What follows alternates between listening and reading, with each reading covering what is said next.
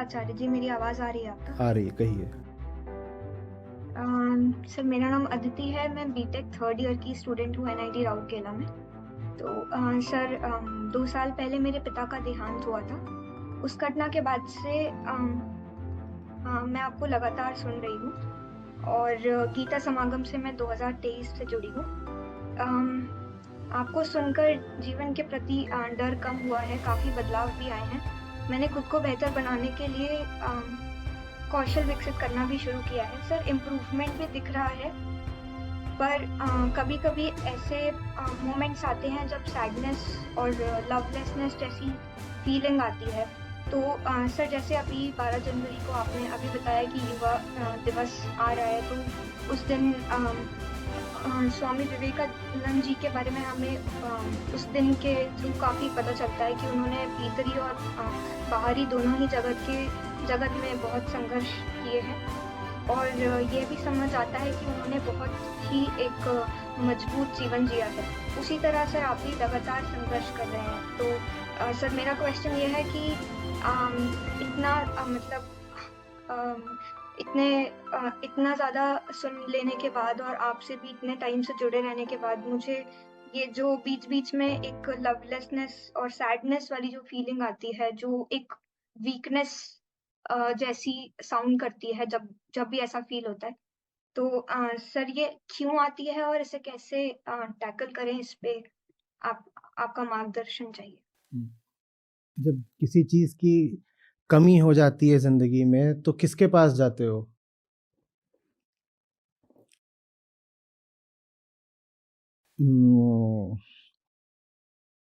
घर में पानी की कमी हो गई है, तो आप कहाँ जाओगे? पानी के पास। पानी के पास जाओगे। हुँ?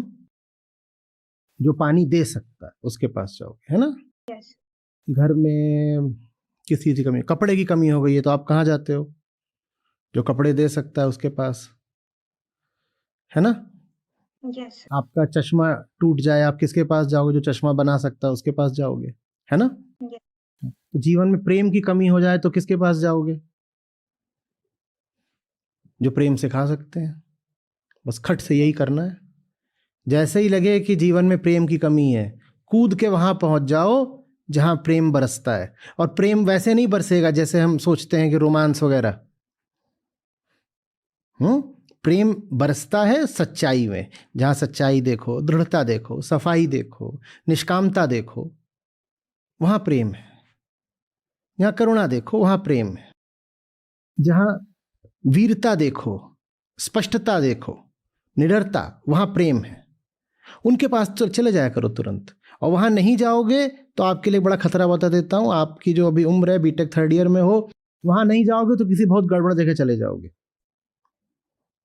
क्योंकि इस उम्र का ही तकाजा होता है कि व्यक्ति को प्रेम इत्यादि की मांग उठती है। और वो मांग अगर आपने सही जगह से नहीं पूरी की तो वो आपको बहुत सारे कचरे खाने हैं, उनमें जाकर के फेंक देगी। भीतरी जो एक बेचैनी, मांग, रिक्तता उठती है ना, उसको सही चीज से ही भरना आप हमेशा। नहीं तो बहुत सारे कचरे खाने तैयार बैठे हुए हैं और वो दुकान बन के बैठे हुए, कहते हैं हमारे पास आओ, हम प्रेम देंगे, हम प्रेम देंगे। और प्रेम के मारे जीवन कचरे से भर जाएगा। समझ रहे हैं बात को? जी सर। हाँ, तो किताबों के पास जाओ, कुछ खेलने चले जाओ, कुछ एक बैडमिंटन या किसी भी चीज का कुछ कर रहे हो, उसमें जो दम लगाना पड़ता है वो दम प्रेम है। उत्कृष्टता की ओर बढ़ रहे हो ना, तो उत्कृष्टता के लिए प्रेम है। वो मुझे और बेहतर होना है, मुझे सीखना है। प्रेम यही थोड़ी है कि किसी इंसान के गले में बाहें डाल दी। ड्रॉप शॉट नहीं पड़ते, मुझे सीखने हैं। स्विमिंग कर रही हूं, अरे 50 मीटर में ही सांस टूट गई, नहीं नहीं नहीं, मुझे और आगे बढ़ना है। जो कुछ भी जीवन में जानने लायक है, सीखने लायक है, मुझे गाना है, मुझे और बेहतर गाना है, मेरा गला और बेहतर होना चाहिए। मैं कविता लिखती हूं, मैं और सुंदर लिखूंगी। या मेरी रुचि विज्ञान में है, तकनीक में है, मैं और बेहतर होकर पढ़ूंगी। मैं लाइब्रेरी में और 2 घंटे बिताऊंगी अतिरिक्त। ये प्रेम है। हाँ, और ये प्रेम नहीं करोगे तो फिर बोल रहा हूं, प्रेम की पेशेवर दुकानें खुली हुई हैं, वो सब कचरा बेचती हैं, वहां जाके फंस जाओगे। ठीक है, तो भीतर से जब भी वो सब लगे कि कुछ है नहीं, खाली है, सूना है, कई बार तो फिल्मी गाने सुन के लग जाता है। फिल्मी गाने सुनने से बचना। ये जो दर्द भरी नज़में होती हैं जो आमतौर पे एफएम पे रात के 10 बजे के बाद बजती हैं, रात में 2 बजे तक, वो सब यही रहती हैं। वो अच्छे खासे आदमी को वो ऐसा एहसास दिला दें कि उसकी जिंदगी सूनी है।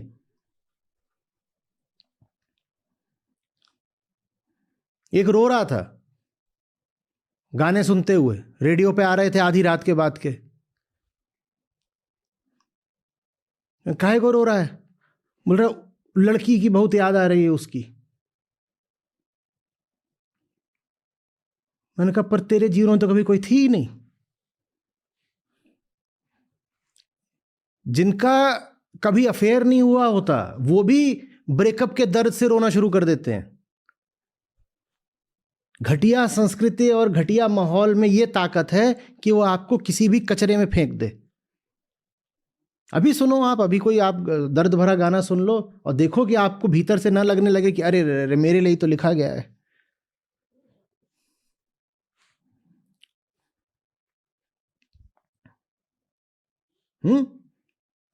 तू नहीं तो अब तन्हाई है, ठंड इतनी की रजाई है।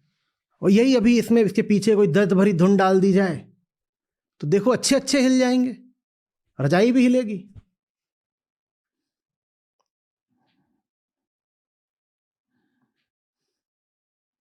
क्यों गुलशन? तो ये सब नहीं होने देना है। जैसे ही जिंदगी में लगे कि वो जो एक भावुकता होती है, न्यूरोटिक, वो छा रही है, तुरंत खड़े हो जाना है, दौड़ लगा देनी है। कुछ और नहीं है तो जूते तो है ना अपने पास, जूते पहनो, कुछ ऊपर जैकेट वगैरह डालो और दौड़ लगा दो 2 किलोमीटर। अपने आप को शिकार नहीं होने देना है जो जो केमिकल इमोशनैलिटी होती है उसका। ये तो जानते हो, अच्छे से पढ़े लिखे हो ना। सारी भावुकता रासायनिक है, हार्मोनल है, हमें उसका शिकार नहीं बनना है। 2 पल की फिसलन और उसके बाद फिर पता नहीं कहाँ किस जगह जाके आदमी किस पाताल में मिलेगा, कुछ पता नहीं चलता।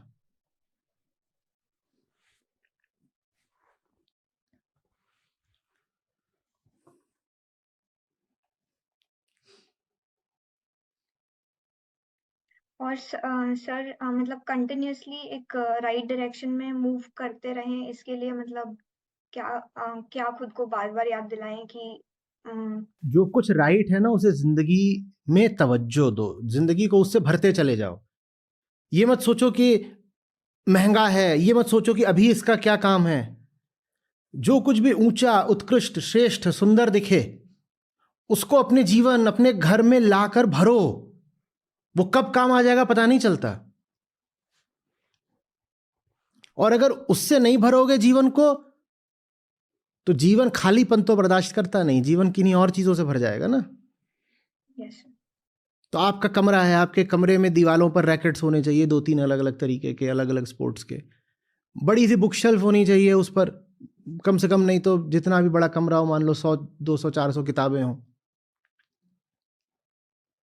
2-3 तरह के जूते होने चाहिए अलग अलग, दौड़ने का जूता है, कुछ खेलने का जूता है।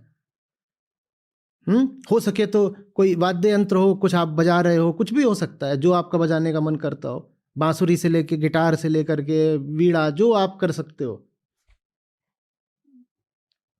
ये चीजें जब आसपास मौजूद होती हैं तो मन को समुचित विषय मिलता रहता है। मन बहक रहा है, चलो कोई बात नहीं, रैकेट उठा लेते हैं। मन बहक रहा है, किताब रखी है, एक अच्छा म्यूजिक सिस्टम रखा हुआ है, उसमें आपने पहले ही फीड कर रखे हैं जो कुछ भी सुनने लायक भजन है, गीत हैं, या वक्तव्य हैं, या पॉडकास्ट हैं, या ऑडियो हैं, वो आपने उसमें पहले ही सब फीड कर रखे हैं। जिंदगी को इन चीजों से भरो। इनसे नहीं भरोगे तो कचरा आ जाएगा अपने आप, वो डिफॉल्ट है।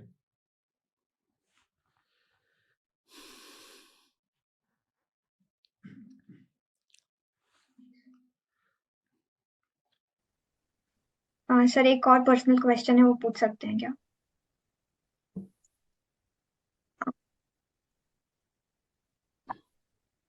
सर एक्चुअली जब जब मेरे फादर की डेथ हुई तो उसके बाद से ही मतलब फैमिली में तो ऐसे चेंजेस आए ही। सर लेकिन जैसे स्पेसिफिकली अगर मैं मम्मी की बात करूं तो वो थोड़ा मतलब उनको देख के ऐसा लगता है जैसे वो खुद को मतलब बहुत ज्यादा लोनली फील करवाती हैं। और ऐसे जो आसपास लोग आ जाते हैं तो कभी कभार जैसे कुछ भी अगर कोई भी रैंडम कॉन्वर्सेशन चल रही है उनकी उनके आसपास वाले नेबर्स के साथ, तो उनकी बात करते करते मतलब शी स्टार्ट्स क्राइंग। तो मतलब in this matter how can I help her? I have also given her a book written by you, but she hardly reads it. So how to help her? देखिए कि उनके तरीके क्या हैं। उनके तरीके क्या, आमतौर पे जब उम्र बढ़ जाती है तो जिसकी मदद कर रहे हो उसके तरीकों का लिहाज करना पड़ता है, क्योंकि बढ़ती उम्र के साथ आम तौर पे लचीलापन कम हो जाता है। खुद को बदलने के मामले में असमर्थता आने लग जाती है। आपको नहीं समझ में आता है कि आपको बदलने की ज़रूरत है। आप जवान आदमी के साथ थोड़ा ज़ोर आजमाइश कर सकते हो, बुज़ुर्ग के साथ थोड़ा मुश्किल होता है। कोई मर्यादा वगैरह की उतनी बात नहीं, बस ये कि उनके साथ करोगे भी ज़ोर आजमाइश तो परिणाम नहीं आएगा। वो बेचारे खुद ही अब सख्त हो गए हैं, कड़े पड़ गए हैं, इनकी लोच चली गई है, उनका बदल पाने की जो उनकी सामर्थ्य थी वो कम हो गई है। तो हमें देखना पड़ेगा कि उनके साथ कौन सा तरीका काम करेगा। वो पढ़ नहीं सकते तो सुनाओ, सुन नहीं सकते तो घुमाओ। ये तो करेंगे कि आइए हमारे साथ चलिए घूमने, चले चले घुमा दो। घुमाते घुमाते कुछ देखो कि उन तक संदेश पहुंच सकता है। दूसरे शहर नहीं घूमने जा रहे, अपने ही शहर में उनको टहलाओ। तो इसमें ना थोड़ा सा रचनात्मक होना पड़ेगा, सोचना पड़ेगा कि उनके साथ कौन सा तरीका उपयोगी है। जो तरीका आपके ऊपर काम कर रहा हो, सत्र के और प्रतिभागियों पर कर रहा हो, ज़रूरी नहीं है कि वो और लोगों पर करे, तो उनके हिसाब से तरीके खोजने पड़ेंगे। अब वो तरीका क्या होगा, उसके लिए तो व्यक्तिगत विश्लेषण करना पड़ेगा, वो आप ही कर सकती हैं। तो आपको ही अपनी माँ को, उनके जीवन को, आदतों को और रुचियों को देख करके सोचना पड़ेगा कि उनके लिए क्या अच्छा है।